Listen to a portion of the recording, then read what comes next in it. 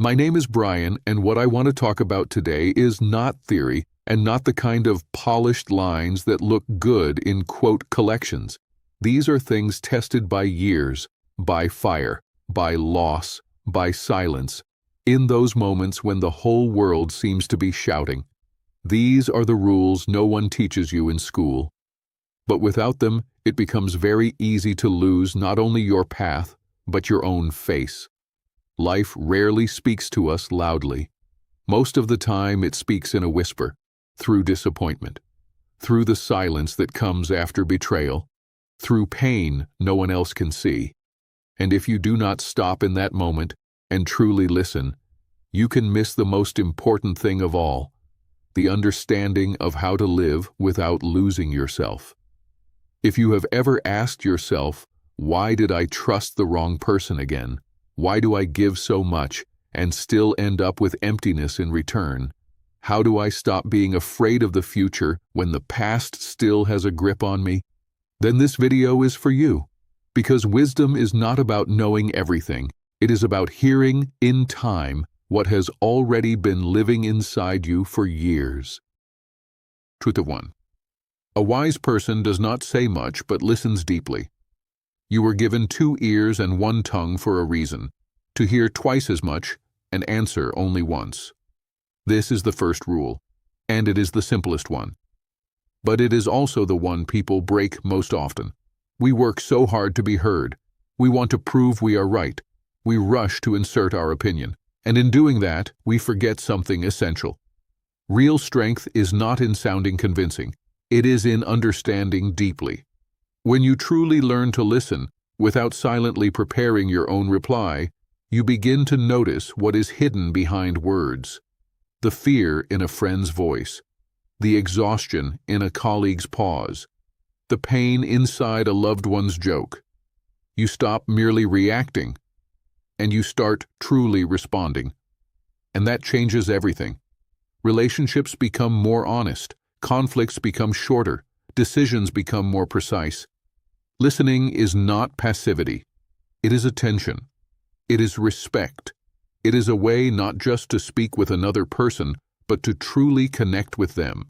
And words are still words, like arrows. Once released, they do not come back. Even if you apologize later, the mark they leave can still remain. That is why a wise person weighs every word, as if paying for it not with air, but with a piece of their own life. I understood that when I was still a boy, sitting on a bench outside the house with my grandfather. He barely spoke to the neighbors. He would nod, listen, and sometimes simply place a hand on a person's shoulder.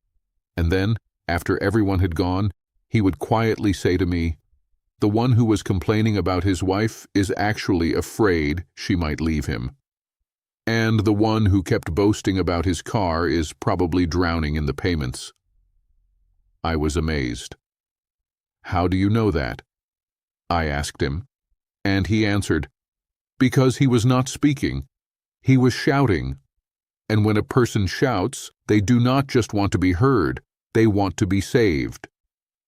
Since then, I have tried to remember this. Not everyone who is silent is empty, and not everyone who speaks loudly is right. Sometimes wisdom is simply letting another person finish, all the way to the end. Truth 2. Do not share your secrets with people. You never know which of them may one day prove more ruthless than the devil himself. Even the people closest to you can turn into enemies when it serves them. That is not cynicism. That is survival. Trust is not another person's right to your secrets. It is your choice and your risk. And too often we confuse openness with strength and vulnerability with closeness. But the truth is, not everyone who smiles at you over coffee deserves to know what is happening inside your mind at night when the lights are out and your thoughts turn sharp. When you reveal too much, especially your fears, your plans, your weak spots, or your past mistakes, you are not always creating connection. Sometimes you are handing over leverage, because information is power, and even a person who loves you If they are under stress, caught in envy, or simply in a dark state of mind, may one day use your own words against you, not because they are purely evil, but because people are imperfect. They get tired, they get afraid, they compare, and sometimes the only way they know how to feel taller is by bringing someone else lower. This rule applies everywhere. At work, do not tell your coworkers about your doubts around a project until you are ready for those doubts to become part of a conversation with management. In relationships, do not pour all of your old wounds into the first few months as if pain itself were a ticket to trust. And with friends, do not casually reveal your dreams for the future unless you are ready for someone to start quietly weakening them with sarcasm, doubt, or so-called realism. Caution is not distrust. It is self-respect. It is the understanding that your inner life is sacred. It is not public space. I did not understand that right away. I had a friend named Ethan. We grew up together. We went to the same school and later ended up at the same college. I thought of him almost like a brother. One day, I told him about my plan to start a small business. Not loudly, not like some grand announcement. Quietly, the way a person speaks when they are talking about something they truly hope for. I shared details, where I would look for suppliers, how I might save money in the beginning, what risks I already saw ahead. He listened carefully. He nodded. He even offered ideas of his own. 6 months later, I found out he had registered a company with almost the same name and stepped into the exact same niche. When I asked him about it, he just shrugged. Well, what did you expect? You did not patent the idea. First one to move wins. I was not angry. I was crushed. Not because he stole something. Ideas are not really stolen, they are carried out. What broke me was this. He knew how much it meant to me, and still decided that his advantage mattered more than my trust. Later, mutual friends told me he would retell the story as if it were some smart strategic move. Like this was a win, like Brian dreamed and I acted. From that point on, I stopped confusing friendship with access. I stopped believing that just because someone is close to me, they are automatically on my side. And I understood something important. Being careful does not mean being cold. It means staying whole. Because one day, you may wake up and realize that the person you opened your soul to used your words like a map that showed them exactly where to strike. Not everyone deserves to know how you cry. Not everyone deserves to know what you believe. Not everyone deserves to know what you fear. Sometimes silence is not a wall. It is a shield. And behind that shield, you remain yourself, even when the world is trying to reshape you. Truth 3. Do not trust the person who speaks beautifully. Too often there is performance hidden inside polished words. Trust the one who quietly does what is good. This rule is not a call to become cynical, it is a filter that protects you from disappointment, false hope, and empty promises dressed up in graceful language. Words are cheap today. Anyone can say, "I'm with you. I'll handle it. You're like a brother to me. I've got your back to the end." And people say those things most easily when there is nothing behind them, when there is no action, no sacrifice, not even the smallest real effort. But the moment life gets harder, those same mouths go silent. And sometimes, what is even worse, they begin to explain themselves. Actions are the real currency of trust, and that currency cannot be faked.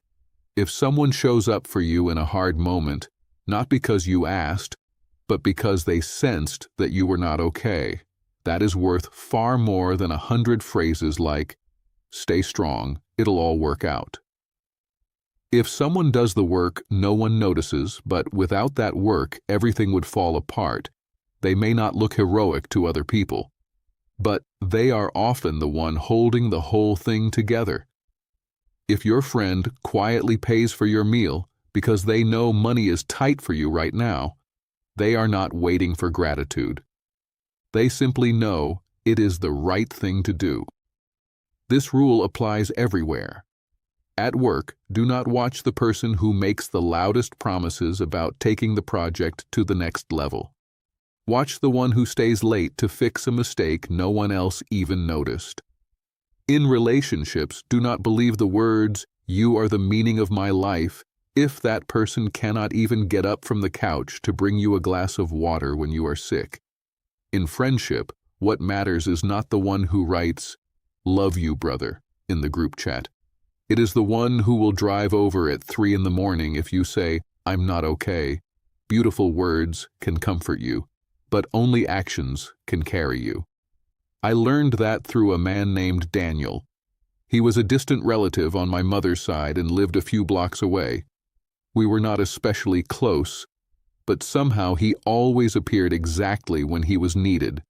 Not with speeches, not with advice. He simply showed up. When my father had a stroke, a lot of people called, a lot of people texted. They said, "If you need anything, I'm here. Everything will be okay. Stay strong." Daniel did not call. 2 days later, he knocked on the door with a bag of groceries, said, "I was nearby and thought this might help," and then left. A week later, he came back again, this time with tools. The elevator in our building had broken down, and it had become hard for my mother to carry food upstairs. Without a word, he fixed the door on the landing that kept slamming at night and waking everyone up.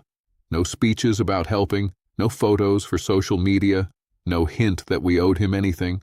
He just did what needed to be done and disappeared again. A year later, I ran into him in a grocery store. I thanked him. He looked surprised. "For what?" I said. "For being there when everyone else only talked." He looked at me, was quiet for a moment, and then said, "Words are air. People are flesh. They do not need comfort alone. They need someone willing to carry part of the weight." Since then, I stopped judging people by how they speak. I watch what they do when they are sure no one is looking. I watch how they behave when being kind gives them no advantage at all. I watch whether they stay when life gets hard, not only when it is easy to play the hero, because anyone can say, "I love you," but not everyone will stand in the rain to pick you up when your car dies. Anyone can write, "You matter to me," but not everyone will cancel their plans to sit with you in a hospital room. Anyone can promise, "I'll always support you," but not everyone will risk their reputation to stand up for you when you have fallen out of favor. Words are promises. Actions are fulfillment, and if there is a gap between them, believe the gap. That is where the truth reveals itself.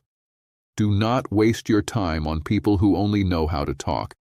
Look for the ones who know how to do, because those are the people who hold this world together, not beautifully, but for real. Truth 4. Do not hold on to what is leaving, and do not push away what is arriving. Happiness comes on its own when you stop clinging and stop living in fear. This rule is not a call to become passive. It is an invitation to inner freedom. We are used to thinking that happiness is something we can hold on to. A relationship, a job, a certain status, a familiar way of life. But life does not work that way. Everything moves. Everything changes. And the harder you tighten your grip around something that is already slipping away, the more you lose. Not only the thing itself, you lose yourself with it, because when you cling to the past, you stop seeing the present. And the present is the only place where the future can actually be built. Letting go is not weakness. It is a conscious choice. It is the decision not to spend your energy on what no longer serves you. It is the understanding that not everything that leaves is a loss. Sometimes it is a release. Sometimes it is a necessary clearing, making room for what is truly yours. And in the same way, do not reject what is arriving, especially when it feels unfamiliar, uncomfortable, outside your plans. We are often afraid of what is new. A new person, a new opportunity, a new feeling.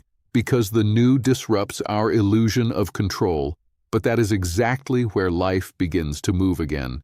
This rule applies everywhere. In relationships, if someone is leaving, do not try to keep them with manipulation, tears, or promises to change. Let them go. If they are truly yours, they will come back. And if they are not, clear the way for the one who will stay. In your career, if a project gets shut down, if a company lets you go, if your idea gets rejected, do not get trapped in the question, "Why did this happen to me?" Ask a better one. What now? In personal life, if your familiar world starts collapsing, a move, an illness, a breakup, do not fight reality itself. Accept it first, then act from that reality, not against it. Resisting change is like trying to swim upstream. You may be strong, but sooner or later you will wear yourself out. The current does not get angry. It does not take revenge. It does not hurry. It simply keeps moving, and the person who learns how to move with it usually arrives where they were meant to go. I saw that not in my own life, but in the life of my Aunt Helen. She lived in the same house for 42 years. She raised 3 children, worked as an accountant, knew every neighbor by name, went to the same grocery store, sat on the same bench. Her life was like a carefully stitched pattern, clear, warm, predictable. And then, in a single year, everything fell apart. First, her husband died suddenly of a heart attack. Then her oldest son moved abroad with his family. He said it would be better for the children. Then the whole neighborhood began to change. Construction, noise, dust, new buildings, strange faces. The little courtyard she loved, with its trees and old benches, was covered in concrete. She could have stayed. She could have clung to it. She could have complained. She could have demanded that everything be put back the way it was. But one day she packed her things, sold the apartment, and moved to a small coastal town, a place she had never lived before. When I asked her how she found the strength to do that, she said, "I realized that if I keep staring only at what is disappearing, I will miss what is appearing." There, by the water, she opened a small coffee shop. Not because it had always been her dream, but because a neighbor offered her a space at almost no rent. She did not know how to make coffee. She learned. She made mistakes. She kept going. People came there not only for the drinks, they came for her calm, for the way she listened, for the absence of fear in her eyes. Within 3 years, that little coffee shop had become a place people would visit even from nearby towns. Not because of the coffee, because of the atmosphere, the kind that cannot be created if your soul is still living inside regret. She did not defeat loss. She let it pass through her, like rain. She did not erase the past. She simply stopped turning it into a prison. And that is when I understood something. Loss is not always the end. Sometimes it is space, an empty space that can only be filled with something new if you stop drowning it in tears and endless what-ifs. Not everyone leaves because they do not love you. Sometimes they leave because their road is different. And your road should not end at someone else's door. Not everything that falls apart is a tragedy. Sometimes it is just an old building that needs to come down before something new can be built. Happiness does not chase the people who chase it. It comes to those who have freed their hands from the past and from fear of the future. So do not cling, do not push away, just be here, now, open, ready. Because life does not knock twice. It simply passes by and waits for you to stop looking back. Truth 5. The one who has been through pain feels joy more deeply. The one who has cried knows how to laugh for real. And the one who has stood at the edge knows what it means to live. This is not a romantic view of suffering. It is an honest recognition of how life works. Hardship does not just pass through you, it shapes you, not automatically, not by magic. It happens through the choice you make each time pain feels unbearable. You can break, you can give up, or you can keep walking. A lot of people think strength means having no fear, no pain, and no doubt. But real strength is moving forward in spite of all of that. And trials are what give you that capacity, because comfort does not make a person grow. In comfort, a person mostly stays the same. Growth always comes through tension, through cracks, through those moments when you think, I can't do this anymore, and still take one more step. This rule changes everything. It changes the way you look at failure. You stop seeing it as a sentence and start seeing it as material for adjustment. It changes the way you treat other people. If you have walked through hell yourself, you are less likely to judge the person who stumbled, and it changes the way you make decisions. You stop fearing consequences quite so much because you have already survived what you once thought would destroy you. This can be applied everywhere. At work, if you lose your job, do not trap yourself in the thought, I'm a failure. Ask instead, what did this teach me? In relationships, if you have been betrayed, do not close yourself forever. Understand this. Pain is not a reason to stop loving. It is a reason to learn how to love more wisely. And in your relationship with yourself, if you have fallen apart, do not call yourself weak. Say the truth, I am tired, but I am not finished. Hardship does not make you better on its own. It gives you raw material, rough, sharp, heavy, and what you forge from it, a blade or an anchor, is up to you. I saw that not in myself, but in my history teacher, Mr. Bennett. He was calm, reserved, almost emotionless. We were teenagers and we thought he was just another dry older teacher. What none of us knew was that 20 years earlier, he had lost everything in a single month. First, his wife, cancer, fast, cruel, no real chance to say goodbye. Then his home, a fire, not arson, not sabotage, just old wiring. Everything that remained from their shared life disappeared in 2 hours. Then his son, not in the literal sense, he did not die. He left. Not because he did not love his father, but because he could not carry pain he did not know how to express. He packed a bag and disappeared for years. Mr. Bennett was left alone, with debt, with ashes where his memories had been, and with emptiness where his future used to be. He could have shut down, he could have withdrawn, he could have given up, but the very next Monday, he came back to school, not because he was fine, but because he decided that if life had taken everything personal from him, then he would give everything he had to what remained professional. He started arriving before everyone else, staying later than everyone else. He wrote personal notes to students in their notebooks, not grades, thoughts. You asked the right question. Your point of view matters. Do not be afraid of mistakes. Be afraid of going silent. He never talked about himself. But there was such depth in his eyes that even the loudest students would go quiet when he looked at them. 10 years later, I ran into him by chance in a library. He was already retired. I thanked him for his lessons. He asked me, "Do you remember what I used to tell you?" I said, "Not every word, but I remember the way you looked at us, like you believed we were bigger than our mistakes." He smiled, for the first time in all the years I had known him, and he said, "That is because I knew pain does not make a person smaller. It either breaks you or it expands you, and I chose to become wider." A year later, his son came back.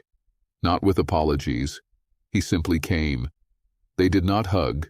They did not cry. They just sat down at the table and began to talk.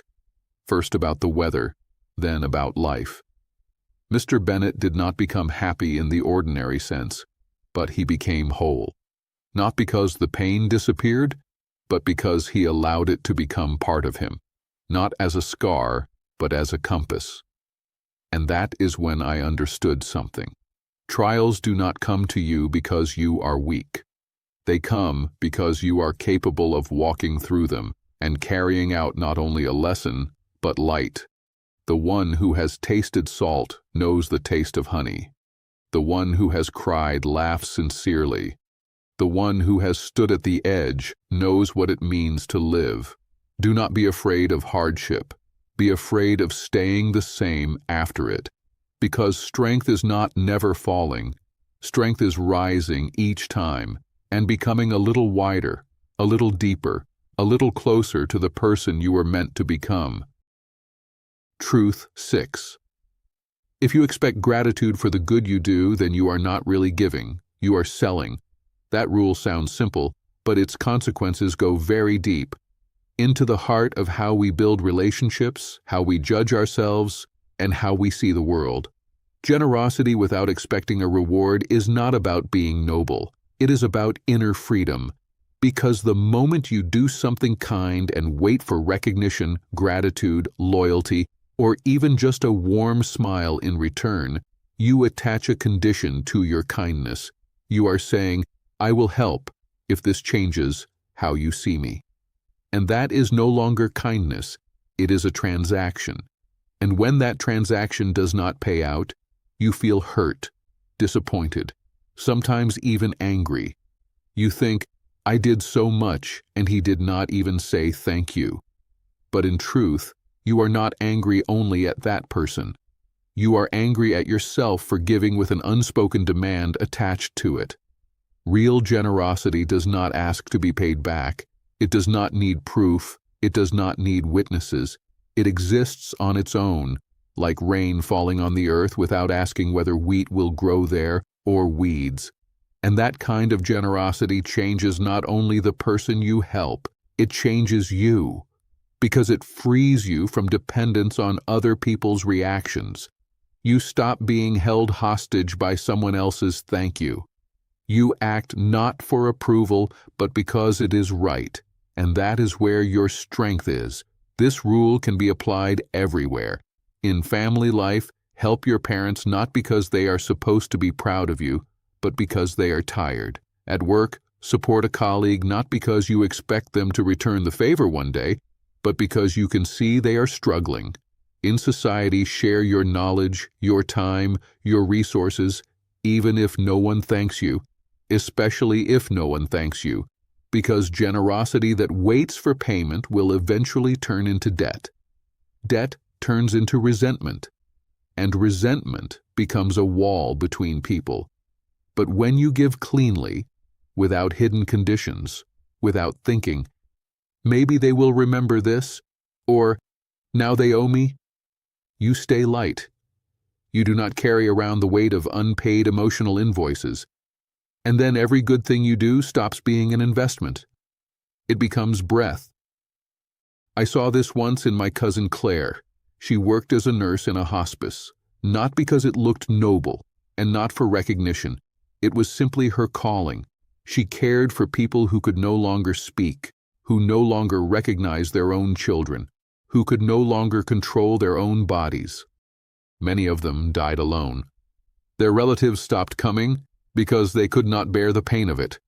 And in every shift, Claire did the same things. She washed patients' hands with warm water and lavender soap. She brushed their hair, even when only a few thin strands were left. She put on soft music, the kind they had requested when they were first admitted, even if the person probably could not hear it anymore. She would sit beside them in silence, holding their hand. No one saw it. No one wrote her letters of gratitude. Relatives rarely came, and when they did, they were often sharp, angry, accusing the staff of not doing enough. One day I asked her, "Doesn't that hurt? You give so much, and in return there is silence, and sometimes even rudeness." She looked at me as if the question itself was strange. What exactly should I be offended by? They do not owe me gratitude. I am not here for that. I am here because I cannot be any other way. And then she added, if I waited for thank yous, I would have gone insane in the first week. But I understood one thing. When a person is dying, they do not need words. They need someone beside them. That is all. Someone who stays, without conditions. One day a woman came to see her. She was the daughter of one of Claire's patients, a woman who had died a year earlier. She brought flowers and said, "At the time I could not bring myself to come. I was afraid." But in her final days, my mother kept saying, "There is a girl here who holds my hand, and I am not afraid. I do not know how to thank you." Claire accepted the flowers and thanked her. Then, after the woman left, she carried the bouquet into the room of another patient, an elderly man who had no one. "Let the flowers at least know they are being seen," she said to me later. Since then, I stopped keeping score. I stopped waiting for my efforts to be noticed. Now, I simply do what I can and let it go. Because goodness done quietly, without witnesses and without expectation, is not a loss. It is purity. And inside that purity, real freedom is born. You are no longer dependent on whether someone appreciated you or not. You know you did what was right. And that is enough. Do not give in order to get something back. Give because you can, because you should, because that is what makes you human, not in other people's eyes, but in your own.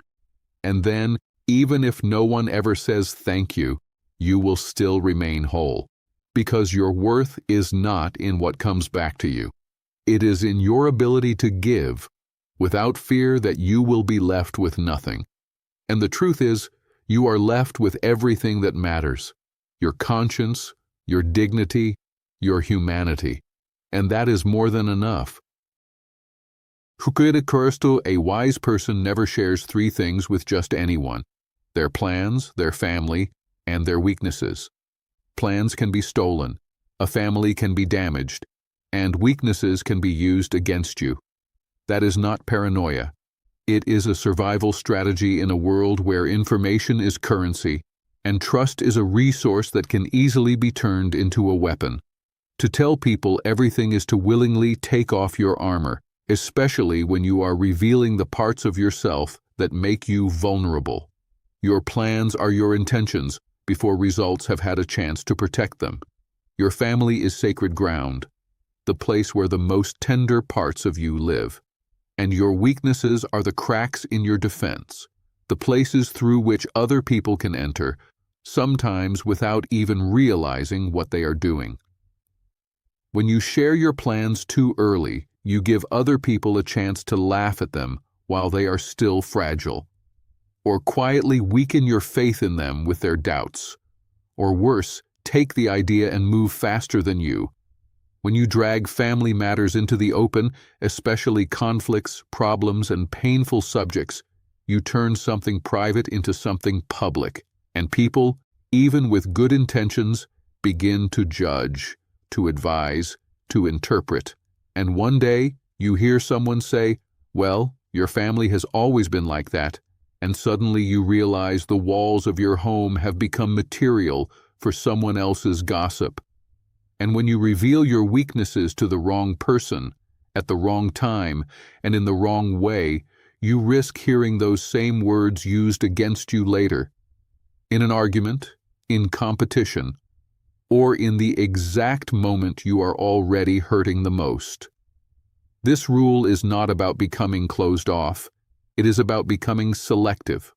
Trust is not something another person is entitled to. It is a privilege you give slowly, through time, through testing, through actions, not through charm, not through shared interests, not through easy chemistry. This rule applies everywhere. At work, do not tell co-workers you are planning to leave until the new contract is already signed. In a new relationship, do not unload the full story of your old wounds on the third date. Let the bond mature first. And on social media, do not display your crisis to the world unless you are ready for someone to turn it into mockery, gossip, or manipulation. Your inner life is not content. It is your fortress. And the fewer uninvited guests you allow inside, the stronger the walls remain. I understood how important this was through my childhood friend Ethan. He was a gifted developer, and he dreamed of building an app that would help people with hearing loss. The idea came from his sister, who had worn a hearing aid since childhood. For years, he collected data, studied algorithms, lived frugally, and planned to hire a designer. Then one night, at a reunion with old friends, he spoke about it with pride, not in every detail, but enough for everyone in the room to understand. This was not just a project, it was his dream, his future, everything. One of the people there was a former classmate named Jason, successful, charismatic, always the center of attention. He seemed interested. He started asking questions. He even offered to connect Ethan with investors. Ethan, excited by what looked like support, shared the prototype, the logic behind the product, even part of the code. 3 months later, Jason announced the launch of a breakthrough app for people with hearing loss. The name was different, the interface was different. But the core idea, the recognition system, even parts of the design language were almost identical. Ethan was stunned. He wrote to Jason. Jason answered calmly, "Ideas are not protected just because you had them first. You told me everything. I just moved faster." Ethan tried to prove it was plagiarism. But he had no documents, no signatures, no protection, no witnesses, only his word against the word of a successful entrepreneur, and he lost more than the project. He lost faith. He told me, "I thought I was sharing a dream, but really, I was handing someone a map to my own vulnerability." Later, he started over from scratch, quietly. He did not post about it online. He did not talk through ideas in cafes. Even with me, he kept it broad. "I'm working on something," was all he would say. And when the app finally launched, quietly, without fanfare, it became a real breakthrough. People wrote to him with gratitude. His sister cried. I asked him, "Why did you stay silent this time?" And he said, "Because I understood something. Until a dream becomes real, it is not protected. And until it is protected, it is not really yours. It can become anyone's." Since then, I stopped confusing honesty with closeness. I stopped assuming that sharing something means creating a bond. Sometimes it just means opening the door for the person who has been waiting to walk in. Your plans are your compass. Do not show it to people who can pull you off your path. Your family is your root. Do not dig it up in front of strangers. Your weaknesses are your shadow. Do not let other people use that shadow to block your light. Stay silent, not out of fear. Stay silent out of respect for yourself, because what remains inside you remains yours, and what leaves your mouth is no longer under your control. That is the difference between strength and vulnerability. Truth 8. You do not know how many days you have left, so do not waste them. Live here, live now. Not in the illusion of someday. This is not a dark reminder about death. It is a call to clarity. Because awareness is not just meditation on a cushion, and it is not a phrase from a motivational post. It is a daily choice, a choice to live here and now instead of disappearing into the illusion of someday. Time is the only resource you cannot get back. You cannot save it, you cannot borrow it, you cannot replace it. Money can be earned again, a reputation can be rebuilt, a relationship can sometimes be restored, but an hour lost to anxiety, procrastination, empty arguments, or life on autopilot is gone forever. And with it goes the chance to change something, to say something, to begin, to stop. Awareness is the ability to see. What exactly are you doing right now, and why? Who is beside you right now, and how are you treating them? What are you postponing right now, and what is it costing you? This changes everything. At work, if you become aware that you are spending hours on tasks that lead nowhere, you change your priorities. In relationships, if you realize you are talking to someone you love while staring at your phone, you put the phone down. And with yourself, if you notice that the day has disappeared into anxious thoughts about the future, you return to your breathing, your body, and the present moment. This can be practiced in small things. And that is exactly where change begins. Do not reach for your phone the moment you wake up. Give yourself 5 minutes just to be. Do not eat in a rush. Notice the taste, the smell, the texture, even if it is only bread. Do not answer rudeness automatically. Pause. Ask yourself, is this the person I want to be in this moment? Awareness is not a perfect state. It is the practice of returning. Every time your mind drifts into fear, into routine, into mental noise, you return. Gently, without judgment. You just return. And that is what protects you from one of the greatest traps of modern life, living as if you have endless time. I saw the power of this in my Aunt Sarah. She was an accountant, quiet, careful, almost invisible. She worked for the same company her whole life, always on time, always in a dark dress, always with a notebook in her hand. We thought she was a woman of routine, that her life was made of numbers, reports, and tea breaks, and then she was diagnosed with cancer. Stage 4. The doctors told her, months, not years. Everyone expected her to break, to cry, to start chasing some miracle cure, but she did something else. She quit her job, sold her car, rented a place by the sea, not for months, just for a week, simply to watch the sun go down over the water. And then she began to live for real. Every morning she got up at sunrise and wrote in her notebook, not numbers but thoughts. Every day she called someone from her past, not because she needed anything, but simply to say, I suddenly thought of you. How are you? She started going to cafes she had never entered before, trying food she had always avoided, too unfamiliar, too strange. She watched people in the park, not in passing, but with attention. The way a mother adjusted a child's hat, the way an older man fed pigeons, the way two people in love could sit in silence while holding hands. One day I came to see her and asked, Aren't you afraid? She looked out the window at the setting sun and said, I used to be afraid of dying. Now I'm afraid of not living. And then she added, All those years I kept thinking, later. Later when I retire. Later when the children are grown. Later when work becomes lighter. And then I understood something. Later is an illusion. Life is now. Pain is now. Fear is now. And if I do not learn how to be here, I will miss my whole life while I am still inside it.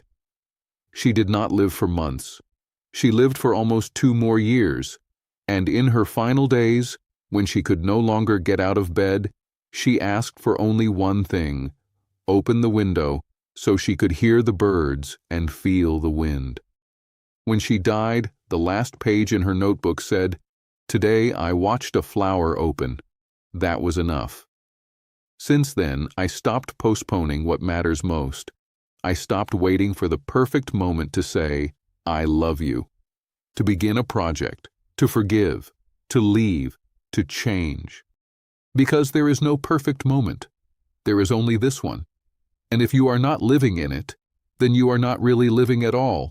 Do not chase tomorrow. It does not belong to you. But this breath is yours.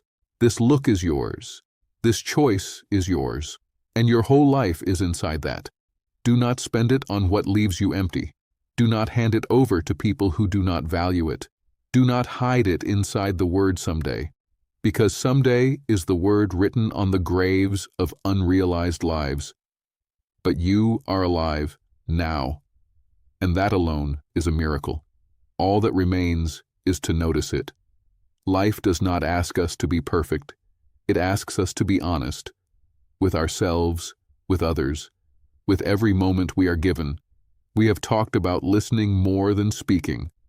About trust not being a right, but a choice. About actions mattering more than words and time being more precious than anything else. About hardship not only breaking us, but revealing what we are made of. About generosity without expectation being the only kind that truly stays with you. About the things that should never be carried outside the threshold of your own soul. and about the truth that the present moment is the only place where life can actually be lived. These rules are not dogmas. They are landmarks. They will not save you from pain, but they may help you not lose yourself inside it. And if even one thought today touched something alive in you, then maybe that was the thought you needed. Remember this: wisdom is not about knowing everything. It is about choosing, day after day, to be honest, to be here, to be yourself.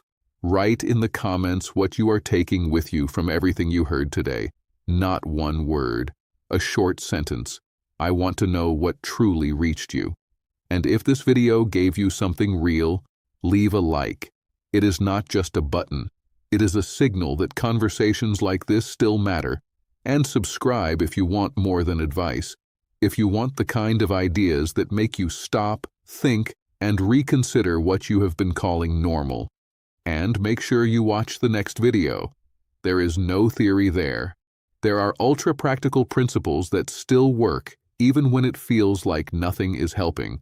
They were not tested only in books. They were tested in life. And maybe they will become the turning point you have been looking for. Thank you for being here.